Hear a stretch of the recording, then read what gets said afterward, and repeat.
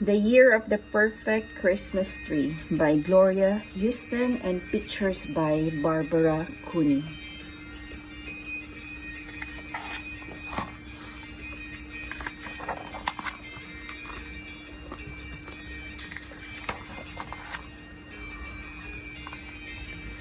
It was getting toward Christmas in the valley of Pine Grove. The wise folks said the old woman in the sky was speaking her geese, for the Appalachian mountains lay blanketed with snow. The road wound like white ribbons around the misty blue ridges, tracked by the runners of wagons, sleds, and sleighs. Occasionally, an automobile chugged its way through the silence. Across the ocean, the great war raged, but in the valley, all was at peace. It was getting on toward the Christmas Ruthie would never forget. The Christmas when the village almost did not have a Christmas tree. It happened this way. Ruthie told me so.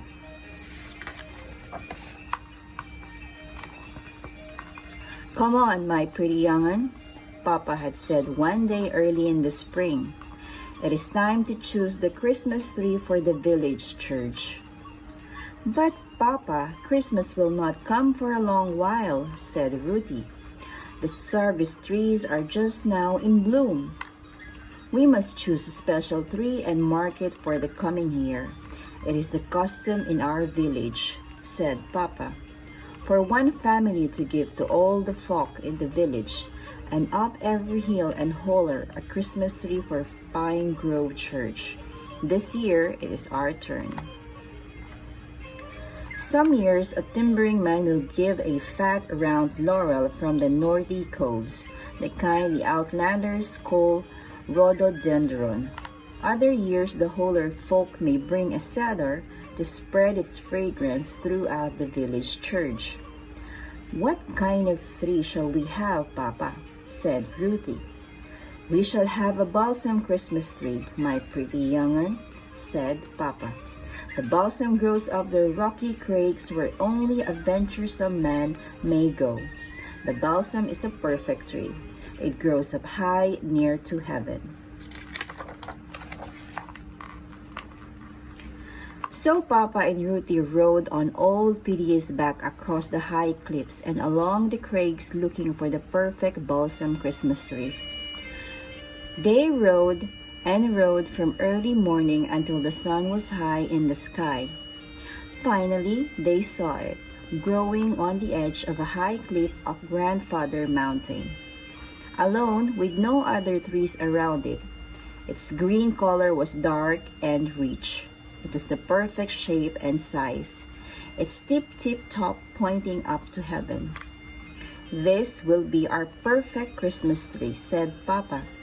"And, as is the custom, the self-same year you shall be the heavenly angel in the village Christmas play.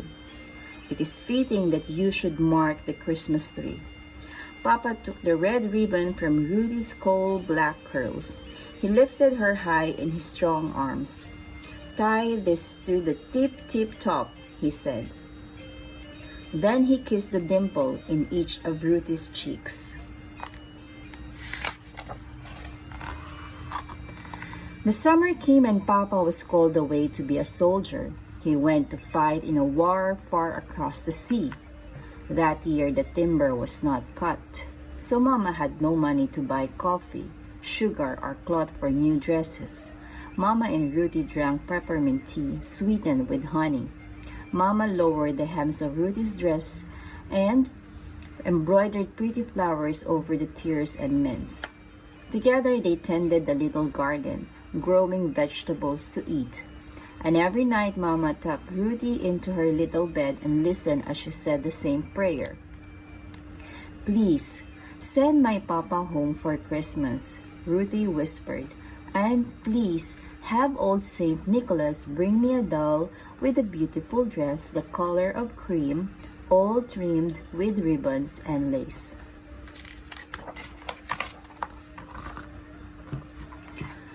One day that fall, when the dried corn shocks rustled in the breeze, a package came from Papa. In it were soft silk stockings for Mama and blue satin hair ribbons for Ruthie. There was a letter, too. "I'll be home for Christmas," the letter said. "The war is finally over. The armistice was signed today." The days passed. Each day, Ruthie ran home from school as fast as the deer that fed by the stream. "Is Papa home?" she called as she ran up the steps. But every day Mama said, "Not today, maybe tomorrow. He will come on the Twitsy train." The days passed. Ruthie listened for the squeaky whistle of the little train the mountain folk called Twitsy as it chugged through the valley and up the mountainside. One day Mama and Ruthie harnessed old Petey to the sled and went to the station at Pineola. But when the other men from the village stepped down from the train, Papa was not with them. Soon there was only one more day until Christmas Eve. Over at the school, Miss Jenny and her pupils were practicing the Christmas play. The children sang the Appalachian lullaby, "Jesus, Jesus, rest your head, you have got a manger bed." Miss Jenny chose the boy and girl who would be Mary and Joseph. Then she called Ruthie's name. "This year you shall be the heavenly angel," Miss Jenny said. "This is the year your papa will give the church its Christmas tree." Miss Jenny helped Ruthie climb up to stand on the teacher's chair so it would look as if she were up in the sky. Miss Jenny showed her how to hold her arms just so. "If you wear a dress with great big sleeves," said Miss Jenny, "it will look like you have wings." "Mama, Mama," said Ruthie, as she ran up the front steps that day, "I must have a new dress with great big sleeves. I am going to be the heavenly angel when Papa gives the Christmas tree." "Oh, my pretty young'un," said Mama, "I have no cloth to make a dress with great big sleeves, and I have no money until your Papa comes home." Mama kissed the dimple in each of Ruthie's cheeks and hugged her daughter tightly.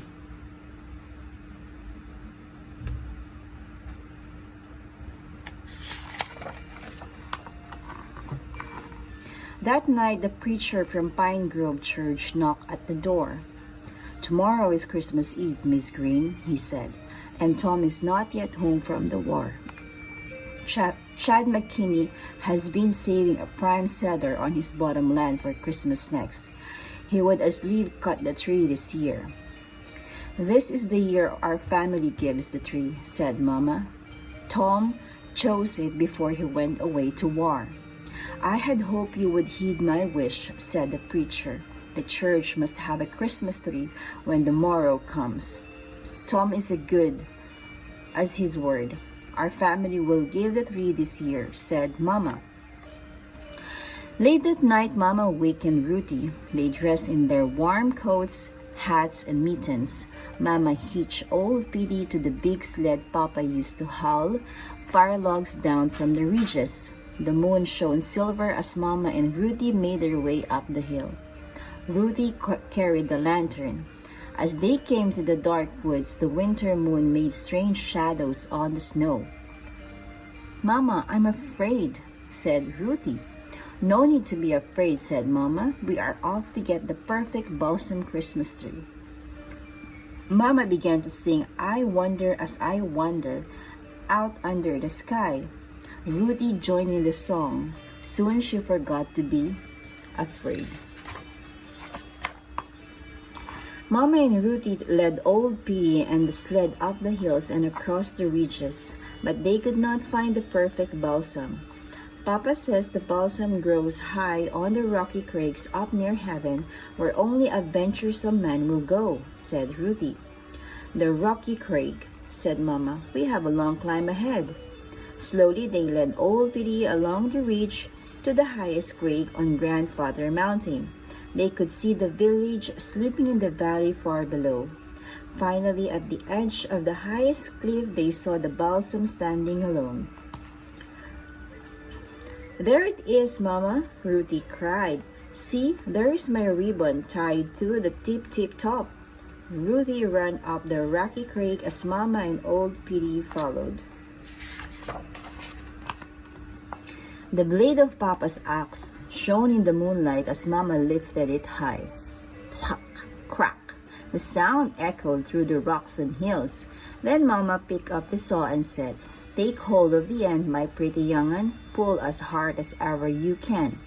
Mama pulled, Ruthie pulled, pull, pull, back and forth until the perfect balsam Christmas tree fell softly into the snow. Ruthie and Mama lifted the tree into the sled and tied it there. Then they made their way down the ridge. "I saw 3 ships come sailing in on Christmas Day in the morning," they sang. Through the soft snow, they led old Petey to the church. Together, they lifted the perfect balsam Christmas tree from the sled and stood it in the corner near the belfry wall. Just as the sun was rising over Doe Hill, they hurried home.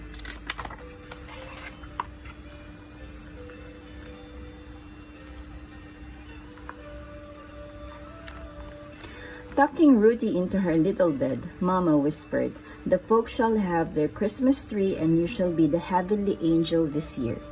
Ruthie fell fast asleep, but Mama sat long by the firelight, sewing as fast as her nimble fingers could move. First, she cut the ribbons and lace from a wedding dress the color of cream. From it, she fashioned the smaller dress with flowing sleeves. Then she took a soft silk stocking, stuffed it with lamb's wool, and stroked it until it was smooth and round. She embroidered it with 2 blue eyes, little black curls, and made a dimple in each cheek. From the scraps of Ruthie's dress, she made a tiny dress just like it, all trimmed with ribbons and lace. She dressed the stocking doll in the tiny dress. The sun was high in the winter sky when a knock came at the door. "Good Christmas Eve, Preacher Alice," Mama said. "Do come in and spell yourself." "Did you hear the news about the Christmas tree?" the preacher said. "A wondrous balsam from up the high crags was found on the belfry porch this morning." Do tell, what a wonder," said Mama. "And that's not at all.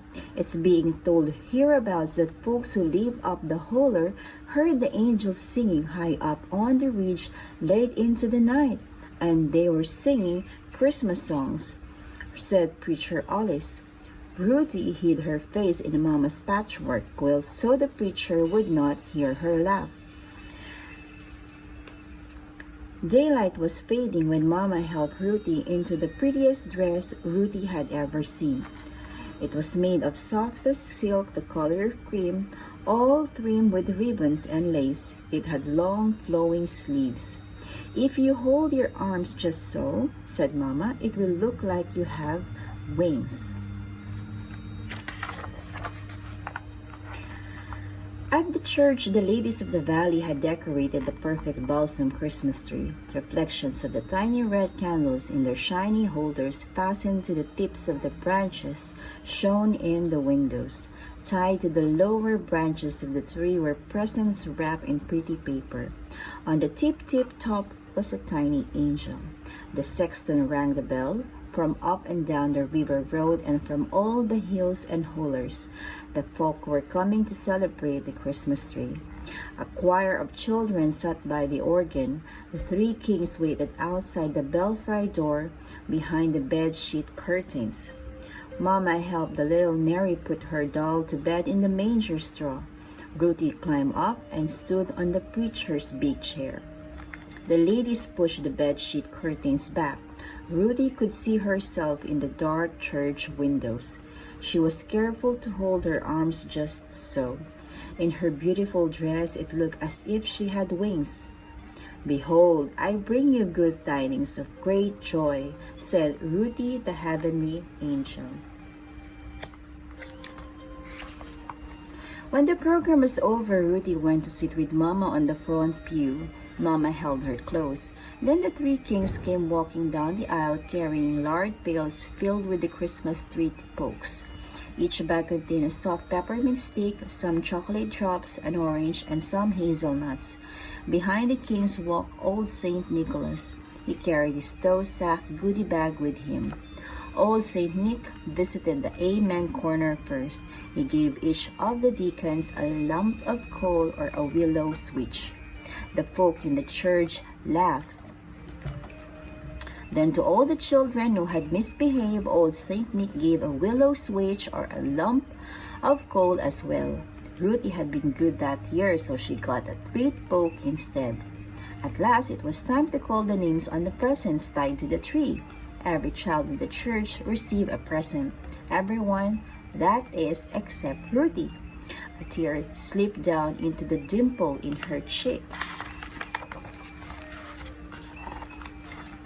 Then one of the kings reached to the tip top of the perfect balsam Christmas tree. He lifted the tiny angel down.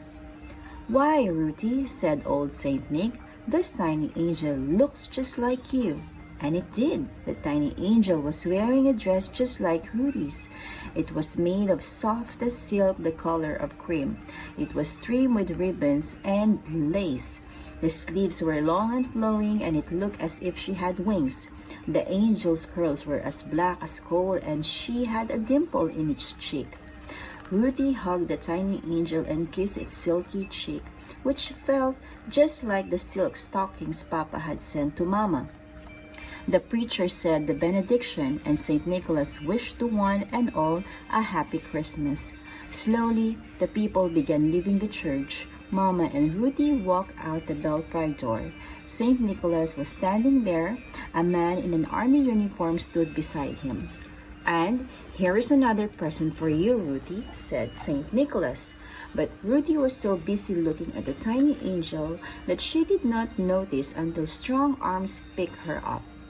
"Let me look at you, my pretty young one," said Papa's voice.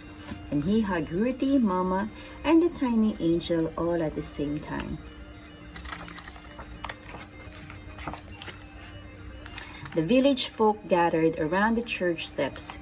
Someone from the village began to sing, "Silent night, holy night, all is calm, all is bright." The folk in the village joined in. But Papa, Mama, Ruthie, and the tiny angel hardly heard. They just hugged each other some more. And since that time, every year for more than 60 years, a tiny angel has stood on top of a perfect balsam Christmas tree. She wears a dress of softest silk, the color of cream, all trimmed with ribbons and lace. The sleeves are long and flowing, and it looks as if she has wings. The angel has coal black curls and a dimple in each cheek. That's how it happened. The Christmas of the heavenly angel and the perfect balsam Christmas tree. Grandma Ruthie told me so.